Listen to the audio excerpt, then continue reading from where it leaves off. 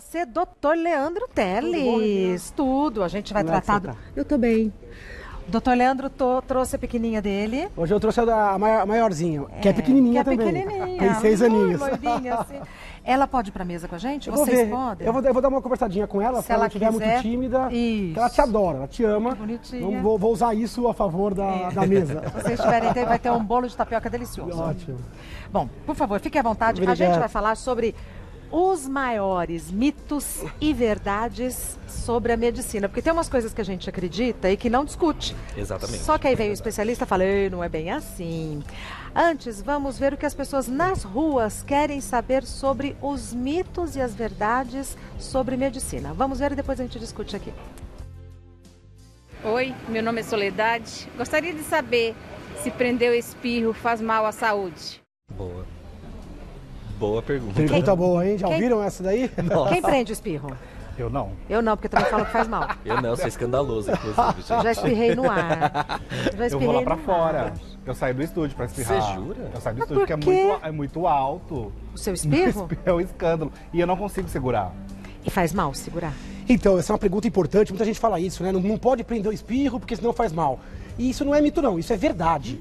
O espirro, ele é um reflexo, né? Um reflexo de proteção extremamente poderoso.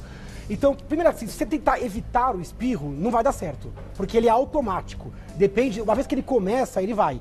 E ele pode ser induzido seja por vírus, seja por partículas estranhas. Então, quem está com alergia, se entrou um corpo estranho, algo que cutucou o seu nariz, ou até o processo inflamatório nas sinusites, gripes, resfriados. Então, você não consegue conter antes de acontecer. Agora, tem gente que segura com a mão.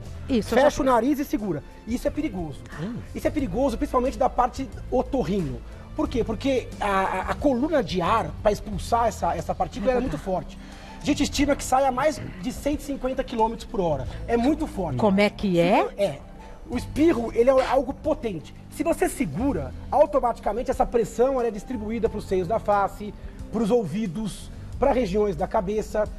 Se a pessoa é saudável, pode ser que não aconteça nada, mas pode dar dor de ouvido, lesão de tímpano, problemas de seios da face, até pequenos vasinhos podem romper no ato de segurar. Sabe aquelas pessoas que às vezes têm aquele sangramentozinho no olho? Eles falam, tem um derrame no olho, hemorragia subconjuntival, às vezes acontece no espirro seguro, preso. Então, pode o ideal, romper o tímpano? Pode romper, isso é raro, mas pode acontecer, ou até um vaso intracraniano doente. Se o vaso já é doente, frágil, naquele movimento violento, seguro pela mão, então o ideal é deixar, na medida do possível, o espirro seguir. Só que também não é bom deixar o espirro contagiar o ambiente. Porque também ele pode carregar partículas que contaminam, se você estiver gripado, um espirro pode contaminar uma sala inteira. Então o ideal é que você tá espirrando, tenha um lenço, um papel, mas deixa o espirro seguir e coloque esse anteparo na frente e depois lembrar sempre de lavar a mão. Então, na falta do lenço serve a mão? A mão serve, mas logo em seguida, banheiro, lavar a mão, higienizar, porque senão aonde você tocar, você pode contaminar. Ô, doutor, são 150 km por hora a velocidade do espirro? Estimativa, velocidade de partículas. Agora, a gente nunca sabe o que vem no espirro. Às vezes é ar, é o espirro meio seco. Às vezes vem um catarro mesmo, vem secreção. Muita gente segura o espirro por conta disso, para não se constranger, tá falando com alguém. O barulho. Isso tem que mudar. Tem gente que acha que é falta de educação espirrar em público. Na verdade, é uma questão de saúde. Então não se deve, na medida do possível, segurar com a mão e conter o espirro. Querem perguntar alguma coisa? Eu tenho já uma pergunta. Fala, Tutu. Tem o porquê de ser tão diferente o espirro? Tipo, por que tem gente que espirra bonitinho, né? Faz assim. Por que tem gente que é... Eu sou do tipo de gente que é mais chique, né? Espirra de maneira mais delicada, mais chique. É tipo orgânico mesmo? Por que tem gente que é orgânico? Na verdade, cada um tem um tipo de reflexo. Tem gente, por exemplo, que tem reflexo de náusea e vômitos mais forte. Tem gente que só do médico, às vezes, examinar a garganta já dá um reflexo de vômito maior. Tem gente que uma pequena alteração no nariz já tem um espirro mais forte. Tem pessoas que praticamente não tem reflexo de vômito ou que o reflexo de espirro é um pouco mais contido. Isso depende de questões genéticas, culturais e depende da situação clínica. Pessoas alérgicas tendem a espirrar mais. E às vezes são um pouquinho mais escandalosas. Você é alérgico? Não, eu não sou alérgico, mas eu sofro de sinusite, rinite, então às vezes dá um... E por que às vezes passa vontade de espirrar e a gente fala, olha pra luz, a gente fica olhando pra luz e não espirra, olha pra luz. Por que às vezes passa o espirro? Dá uma Na verdade, o estímulo é tão gostoso. O espirro é um reflexo. Igual o bocejo é um reflexo, o soluço é uma mioclonia de diafragma. Se você se distrair e conseguir tirar o foco, ele pode passar. Às vezes tem espirro que fica na iminência de ocorrer e depois passa. Às vezes também acontece de você dar o primeiro espirro e não parar mais. Parece que foi fogo na palha e você começa a espirrar. Você é fogo no feno. Eu tenho uma pergunta. Faça. Eu ouvi um boato uma vez de que assim, o senhor pode me responder melhor. Pode chamar de você, eu também chamava de senhor, pelo conhecimento, eu nem né? respondo, Exato, eu acho que não é comigo. Desculpa, doutor. Pode chamar de você, Gabi. E aí, me falaram uma vez assim, que uma pessoa, quando ela dá 16 espirros consecutivos, já ouvi, equivale a uma namorada bem forte, assim, é prazer. É verdade isso? Mas também diz... Uma namorada bem forte, assim. Bem... É mito. Eu tenho essa dúvida, ouvi falar. Mas pra ter Aí certeza, você eu vou para no esperar minha 15º. próxima gripe. Eu vou contar pra te dar uma resposta nunca mais cheguei lá. de vivência pessoal. Aí você para no Mas me 15º parece um espirro. número um pouco Você fala, cabalístico. poxa. Não é verdade isso. Não. Apesar de ter Uma descrição lenda. de um leve prazer, quando você deixa fluir um reflexo. Bocejo pode dar um pouco de prazer, espirro. Então existe algum prazer envolvido. Sim. Não sei se um prazer neste nível orgásmico, né? Também não sei se o número cabalístico 16, nunca ouvi falar. Pra mim, mito. Pronto. Ótimo, Respondido. respondido. Acabou com o mito mesmo. Vamos, que é a pergunta do pessoal das ruas, vamos ver. Boa tarde, meu nome é Aldo Alves. Gostaria de saber se tomar banho ou nadar depois de comer pode causar congestão? E aí, hein? Eu tenho uma opinião, vocês têm? Eu tenho também. Olha, eu acredito que sim. Ai, Porque minha avó falou isso a vida eu inteira. só ia falar. E fala ainda. Porque Eu ia falar eu pra ainda tenho criança. meus primos lá, então comeu. Ela mantém ali tão Mantém. firme. fora. Quanto tempo tem que esperar? 1 hora. 1 hora. 1 hora. Que não Então, passa nunca, né? Isso aí era minha mãe, né? Quando a gente Chega o era Natal e pequenininha, não dá a uma gente era hora. pequenininha, a gente ia sempre pro interior nadar no rio. Aí ela falava, não pode depois do almoço e tudo mais. Aí a gente tinha que dar um tempinho lá.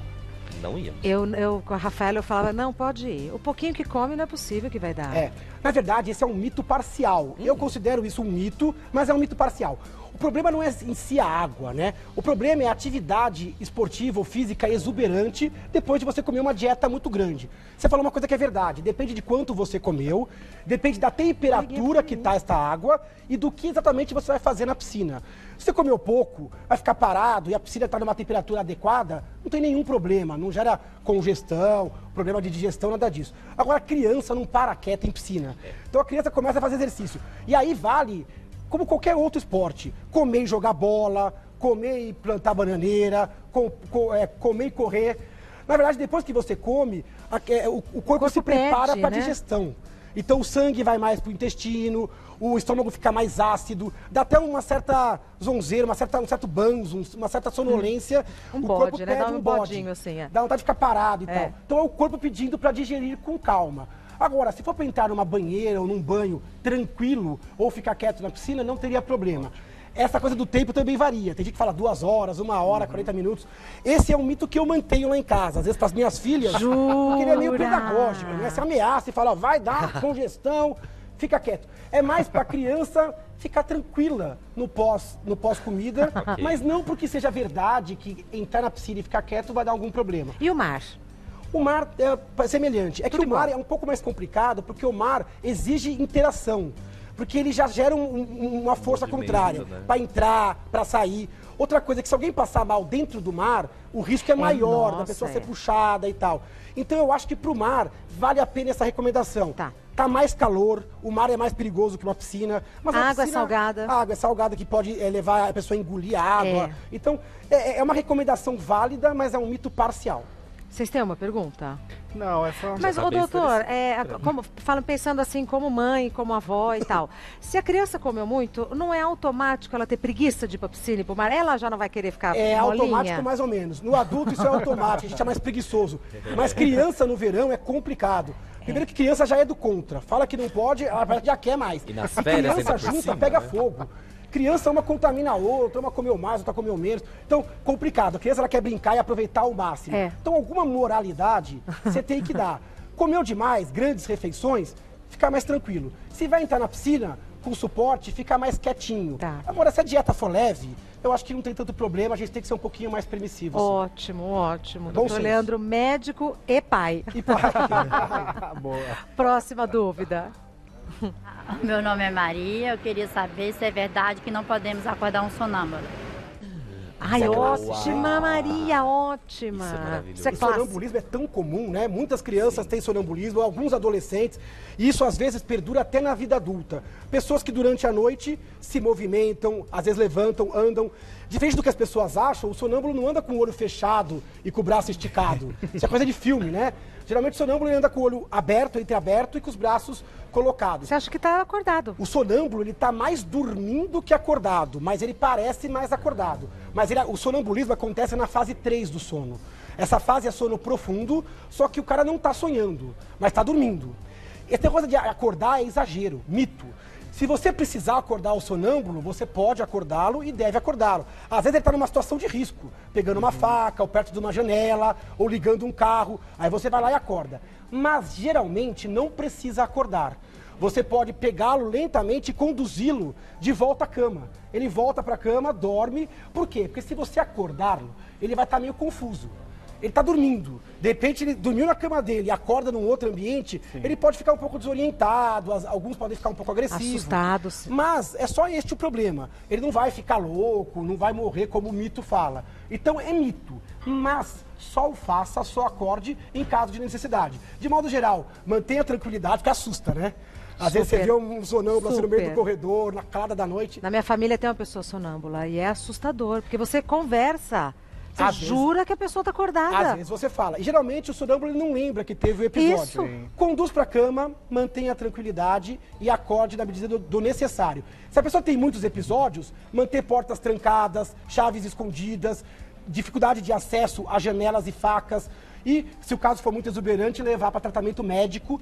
A minoria dos casos exige medicação. Diga, Gabi. Fala, Gabi. Quando a pessoa é sonâmbula, mas ela fala demais, a gente tem que dar crédito porque a pessoa fala durante o sonambulismo? Você tem algum caso real para contar pra gente? Por favor. Não, é que talvez alguma pessoa que tá em casa queira se interessar por essa pergunta que eu acabei de Nunca fazer. se sabe.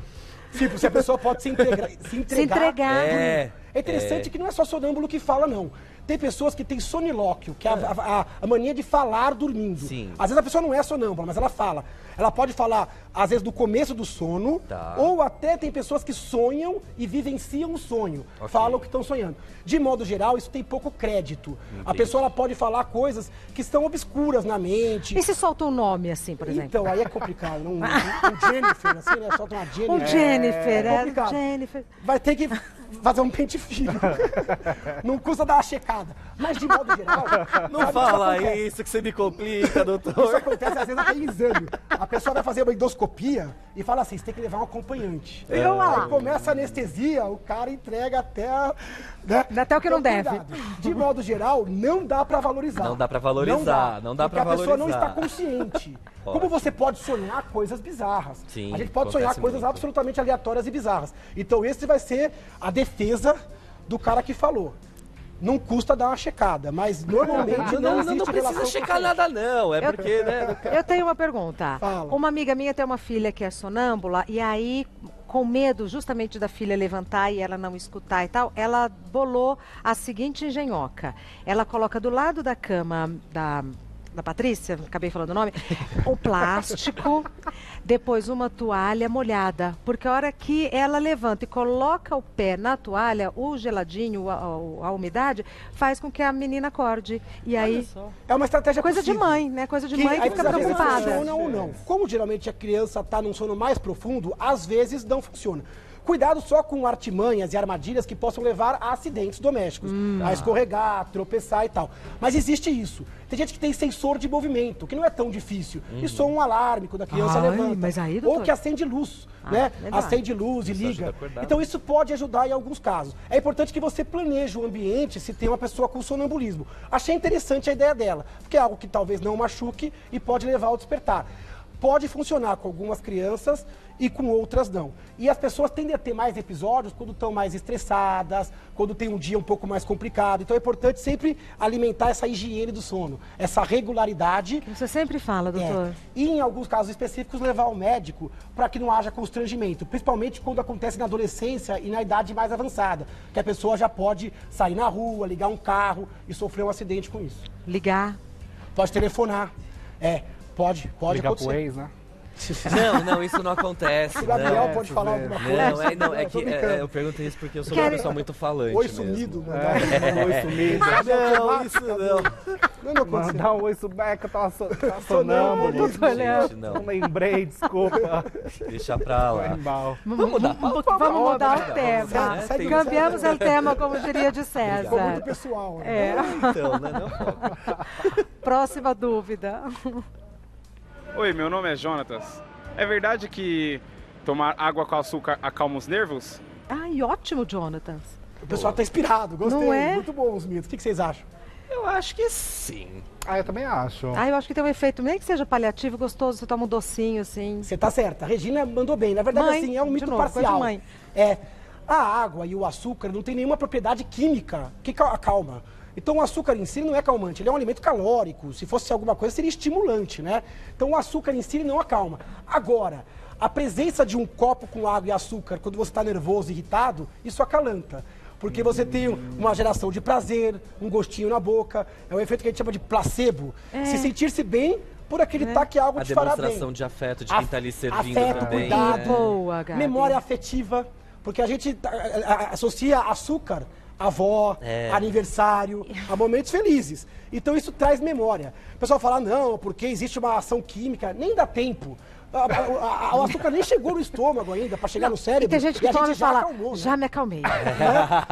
Nossa, Nossa, já legal, o copo. Já me Teve um acalmei. episódio agora que eu tava na praia, meu amigo passou mal, a gente tava voltando, a gente parou pra comer, e aí ele começou, tô passando mal, ele tava com um copo de gelo. Aí eu falei, amigo, chupa o gelo. Aí ele, mas por quê? Eu falei, melhora, você não tem ideia. Chupa esse gelo que você vai melhorar. Ele, que? Chupa esse gelo, vai melhorar. Ele colocou 2 gelos na boca e ficou lá, com o gelo enrolando na boca. Fomos embora tranquilinho. Passou. A gente desfazendo o mito e o Arthur criando mais um mito. O gelo, chupar gelo. Passou, chupa o gelo que E resolve. esse é um truque que muitos comissários de voo aplicam O nos gelo? voos. Exatamente, principalmente com criança. Criança, quando começa a dar problema Alteração? em voo, tá enjoando e tudo mais, vários comissários aplicam esse truque Primeira do gelo. coisa, é uma conduta. Segundo, tira o foco do problema e do nervosismo. Quando você conecta a pessoa a uma atividade e você realmente traz um outro momento. Aquilo gera uma sensação que pode ser um pouco mais agradável, pode levar a uma outra memória afetiva. A pessoa respira com mais tranquilidade quando está bebendo água. Por isso que às vezes até acalanta e atenua soluços quando você bebe água. Mesmo. Então, na verdade, é verdade que isso acalma a pessoa. Ok. É mito que essa é uma propriedade do açúcar. Entendi. Porque não é químico do açúcar, e sim do ato e da presença e da crença de que ele vai acalmá-lo. Bom. Podemos ir para o próximo tema? Então vamos. Próxima dúvida, pessoal das ruas. Bom dia, meu nome é Thiago. Gostaria de saber se os antissépticos de hoje são melhores do que os de antigamente que ardiam muito. Todo mundo de mochila, vocês repararam? Sim. Todo mundo de mochila, trabalhando, andando, todo mundo. Essa é uma discussão interessante. O pessoal falava assim, nossa, antigamente, a gente não pode falar a marca aqui, mas tinha aqueles antissépticos que pintavam e ardiam. Nossa. Aqueles funcionavam, né? Que a criança urrava. Doía mais que machucado que você Doía fez. mais. Doía mais que Acho o que o mito da machucado. criança- machucar pra não ter que aplicar aquilo E lá. quando lançaram aquele que não ardia, eu lembro que tinha uma Mas isso não tia... funciona, né? Estragaram. Esse não funciona, tem que ser o que arde. Eu acho que a criança gritando, ela simbolizava a morte das bactérias. Ó, não esqueci. Porque bactéria não fala, da criança urrava. E aquilo tinha uma função dupla, de limpar e já castigar a criança, né? Que caiu de skate, que Quem tava mandou? brincando. Ai, Então, doutor, aquilo é ótimo. era meio pedagógico. Agora, cientificamente, sabe que esses do passado não eram tão bons quanto pareciam. Olha Viu? também. só. Viu? As bactérias, depois de um tempo, passaram a crescer no pote daqueles antissépticos. Na pazinha do antisséptico crescia a bactéria. Então ela pintava, ardia, eles eram com muito álcool, canforados, Sim. tinham mercúrio. E aquilo ardia demais e matava de menos as bactérias. Ô, pecado. Hoje em dia, eles ardem Com a menos, gente. são derivados da clorexidina, que é o antisséptico que usa até em centro cirúrgico, em clima hospitalar. Eles são um pouco mais ativos. Mas sabe que normalmente não precisa de antisséptico. O melhor antisséptico é a água e o sabão. Pegar o machucado, lavar, esfregar, debridar. Então, água e sabão é melhor antisséptico que tem. Ah, Não mas precisa nem gastar arde? dinheiro. Não precisa gastar não dinheiro. arde, Tutu. Não arde. E aí o pessoal fala, mas que sabão? Meu, qualquer sabão. Água toma corrente, banho. lavar, limpar. Até hoje, com relação a feridas hospitalares, fratura exposta, Muitas vezes o médico, ele lava com água corrente e sabão. É sabão de coco? Que o Tutu bem, eu falei, sabonete. Então não existe supremacia de um sabão pelo outro. Às vezes a gente evita sabão com muito perfume, porque pode arder um pouco mais. É esquisito aquele cheiro, né? A gente gosta de uma coisa mais climatizada, mas o água e sabão é um bom antisséptico, isso desde os primórdios. Então, não precisa usar muito antisséptico, a gente exagera às vezes com pomadas, com antibiótico. E água oxigenada? Lógico que uma vez infectado, aí é outra história. Água oxigenada pode ter até às vezes piorar, às vezes até aumenta a inflamação. Cuidado com água oxigenada. Água e sabão ainda é superior. Eu tinha um professor antigo, que nem vivo tá, ele falava assim, olha, 80% da medicina você resolve com 3 coisas. Água, sabão e bom senso. Então, 80% da medicina você resolve com essas 3 coisas. Só os outros 20% que você precisa de remédio mesmo. Então, cuidado. Os antissépticos de hoje são superiores, os do passado, mas ainda uma boa limpeza e higienização, isso vale para a mão. Às vezes a gente quer escola de álcool gel, água e sabão, secar, ainda é a melhor coisa. Querem perguntar alguma coisa? Tô chocado. Tá. Próxima questão que a gente não sabe se é Meu mito ou nome é verdade. Ivaneide, eu gostaria de saber se as vacinas podem provocar desenvolvimento de autismo. Olha. Desenvolvimento de autismo? Esse é um tema muito sério, na verdade, e isso é uma coisa que não é só um mito, é um problema de saúde pública atualmente. Muita gente deixando de vacinar os seus filhos por mito e por medo deste mito. Isso é completamente mito. Esse mito nasceu por culpa um pouco da ciência. Teve um trabalho na década de 90, um trabalho que mostrou uma associação entre o vírus do sarampo, da vacina tríplice viral, sarampo, cachumba e rubéola, com o desenvolvimento de autismo. Esse trabalho, ele foi um trabalho absolutamente infeliz, recriminável. Um desserviço, né? Desserviço. Isso levou a uma epidemia de pessoas que não queriam vacinar na Europa. Olha. Nos Estados Unidos começou uma outra febre, que o conservante das vacinas, timerosal, que é um derivado do mercúrio, que este conservante também poderia levar ao autismo. Não, isso não é verdade. 2 mitos. Não existe comprovação que nem o conservante da vacina e nem o vírus atenuado da vacina leve ao autismo. Isso é mito e é um mito perigoso. Porque nem a pessoa não evita o autismo, como ela pode causar o renascimento de uma doença como o sarampo, que é uma doença quase erradicada. A gente teve recentemente problemas com o sarampo no Brasil por falta de vacina. Quando você não vacina uma criança, você coloca ela em risco e muita gente que está em volta também em risco, porque o vírus volta a circular aonde ele não circulava. O autismo, ele é uma doença de forte determinante genético. O problema é que ele começa a aparecer os sintomas próximo da época onde a criança toma essa vacina. Então existe um viés. Porque a criança começa a aumentar a demanda social, começa a ter um pouquinho de atraso de fala, ou já é um autismo que já ia se desenvolver. Mas por coincidência e por essa necessidade nossa, às vezes, de encontrar um culpado, um fator causal, existe um outro mito com relação ao autismo, e que eu vou aproveitar, para desfazer, que o autismo seria a culpa da mãe ou do pai, que deu pouco amor. Aquelas mães que eram ditas como mãe geladeira. Esse mito, ele se desenvolveu, se difundiu na década de 80 e 90, que uma mãe mais fria e distante criaria um filho com autismo. Isso é uma completa bobagem. E isso pune a mãe 1, 2, 3 vezes, porque além de tudo, ela ainda tem a culpa. Hoje, a ciência evoluiu, e tanto essa questão da forma de criação, tipo de afetividade, como a vacina, são ambos mitos sem absolutamente nenhuma base científica. Falamos aqui, para não ficar mal entendido, então nós quase tivemos o ressurgimento do sarampo por causa de vacina, mas da pessoa se vacinar, não por conta de falta de vacina na rede pública. Não, da pessoa, essa vacina, aliás, a mãe não vacinar a criança. O Brasil, com todos os problemas que a gente tem, é um país de excelência em termos de vacinação, e essa questão de saúde pública é importante. A gente teve aqui problemas, não só aqui nos Estados Unidos, na Europa, de vacinas que venciam porque a pessoa não buscava e não tomava vacina. Então, esse tipo de mito que vai sendo sedimentado e alimentado... É perigoso. É um terrorismo que alguém planta, e a ciência faz de tudo, já tem vários trabalhos muito bem conduzidos, mostrando que isso é uma inverdade. Então, a recomendação é vacinem-se de acordo com o calendário vigente no tempo e na sua região. Bora continuando com os mitos sobre grandes mitos da medicina? Interessante, né? Fale, que vocês estão rindo aí. Não, a gente estava falando sobre campanhas de internet que estão rolando aí. Depois eu te conto nos bastidores. Bafo de bastidor. De saúde, assim ou não? Saúde mental, eu acho. Mas depois a gente conversa. Eu tô olhando, já sabe. Vamos ver a próxima dúvida. Maiores mitos e verdades da medicina. Eli, eu gostaria de saber se é verdade que quando a gente bate a cabeça, a gente não pode dormir depois. Ai, que linda. Isso eu sempre ouvi. Você jura? Também ouvi. Você nunca ouviu, Nossa, Gabriel? Eu ouvi demais isso. Você nunca ouviu? Eu ouvi demais. O que a sua avó fala, Tutu? Que não pode. Nem quando quando eu era criança, fazia aquela coisa de bater a cabeça assim, porque a gente fazia isso. Não me pergunte por quê, mas fazia. E aí era também, não pode, porque agora vai passar mal. E falava que ia passar mal. Não era só não dormir. Você tem que perguntar se tá tendo ânsia, se tá se sentindo tonto. Você nunca, Gabi? Não, nunca ouvi. Minha mãe contava uma história de quando eu era muito pequenininho, eu acho que não tinha nem um ano de idade, ela tinha um baú no quarto dela, e eu caí desse baú e bati a cabeça. A única coisa que ela ficou foi ficar muito desesperada, né? Mas... Isso explica tudo, né, Gabi? Eu bati a cabeça alguesse vezes, viu, gente? A gente bate a cabeça até hoje, né? Nossa, até hoje, gente.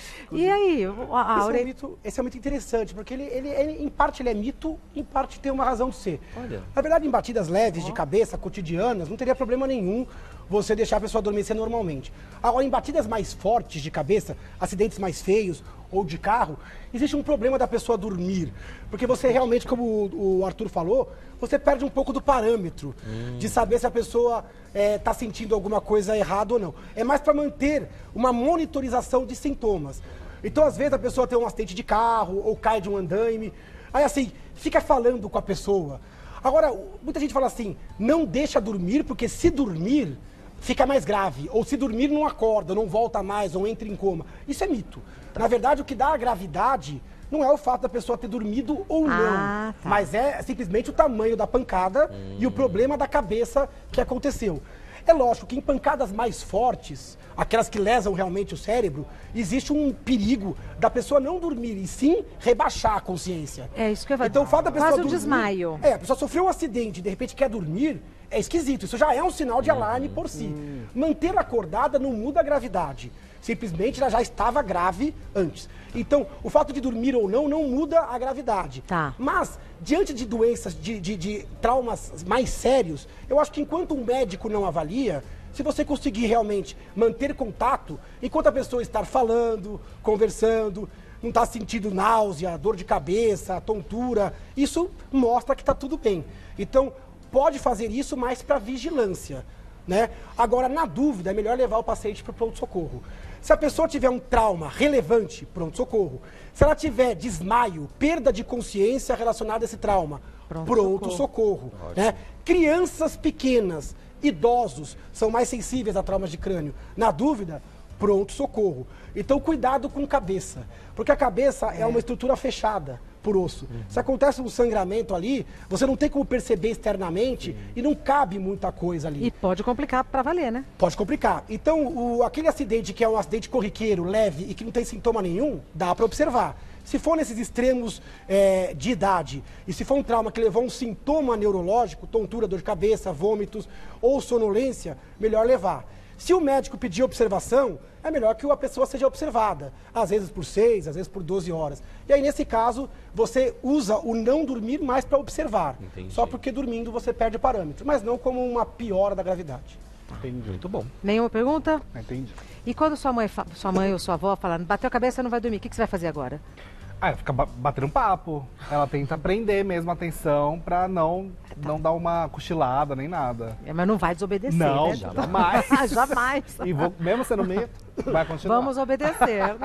Mesmo sendo um mito, mais ou menos, vai perguntar assim, quantas horas? E vai seguir. Exato.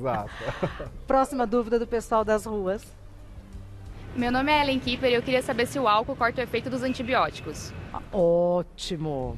Já ouviram essa ou não? Muitas vezes, e a gente respeita. É que ninguém ouviu nenhuma, mas essa do álcool todo mundo. Eu tenho uma amiga que diz que não corta, potencializa, que é até bom, mas aí eu acho que ela tá mentindo. Algo me diz. Quer passar o nome dela também? Algo me diz. Eu uma vez fiquei sabendo que só corta metade. 50%. Olha 50%. só, quanto Ele mico. vai funcionar 50%. E você, só. Gabi? Nossa, eu ouço isso direto. Sempre escuta. Ontem, inclusive. Tá vendo? Que horas? Era umas 5 da tarde. Era umas 5 da tarde. E eu acho curioso que é com antibiótico. Toda vez que eu escuto, é o antibiótico que perde efeito, não é... Não, eu já ouvi também antialérgico. Então já ouvi antialérgico. Tem que tomar um pouco de cuidado. Do jeito que foi colocado ali, isso é mito. Então, fala assim, olha, você, para todo antibiótico, você usar o álcool, isso corta o efeito. Mito. Isso não tem sentido farmacológico. Agora, não quer dizer que você deva usar álcool estando tomando antibiótico. Não, Por quê? Porque o álcool pode agravar o seu quadro clínico, você está com uma infecção bacteriana. Fora que o álcool, ele também gera sintomas de irritação gástrica, pode realmente ter outras interações com o remédio que não cortaram o efeito. Exato. Mas, de modo geral, para esses antibióticos de uso rotineiro, não existe isso de bebê cortou o efeito. Entendi. Eu tinha um paciente que era até engraçado. Então ele falava assim, Leandro, eu nem tomei o remédio porque eu ia beber. Falei, por quê? Porque vai cortar o efeito. Falei, mas você já cortou o remédio. Você já cortou 100% do efeito quando você não tomou o remédio. Não tem como... Aí não vai fazer efeito mesmo, né? Não tomou. 100%. Se você tivesse tomado o remédio, você ia dar uma chance dele fazer alguma parcela de efeito. Então a gente não recomenda o uso do álcool. Agora, quando você vai analisar, depende totalmente do remédio. Tem remédio que tem interação forte com antibiótico. Tem remédio que não. Tem remédio que causa sono. E o álcool causa sono. Não pode. Tem um antibiótico, que é o metronidazol, que ele causa um efeito chamado disulfiram. É um efeito que chama anti-álcool. Você toma o remédio e bebe, aí você passa mal pelo álcool. Ele potencializa o efeito do álcool. A pessoa pode ter mal-estar, queda de pressão. Então, na dúvida, evite o álcool, que é algo que você pode escolher, ou se for um remédio de uso contínuo e você quer saber se pode usar um pouquinho de álcool, consulte o seu médico. As bulas têm restrição com relação a álcool, os médicos podem orientar a pessoa caso a caso, mas é o tipo do mito que ele vai se mantendo e que os médicos às vezes não fazem tanto esforço para mudar, porque é saudável. Ele é meio pedagógico. Às vezes é melhor você colocar um pouquinho de medo para as pessoas não arriscarem, com álcool e com outras substâncias também.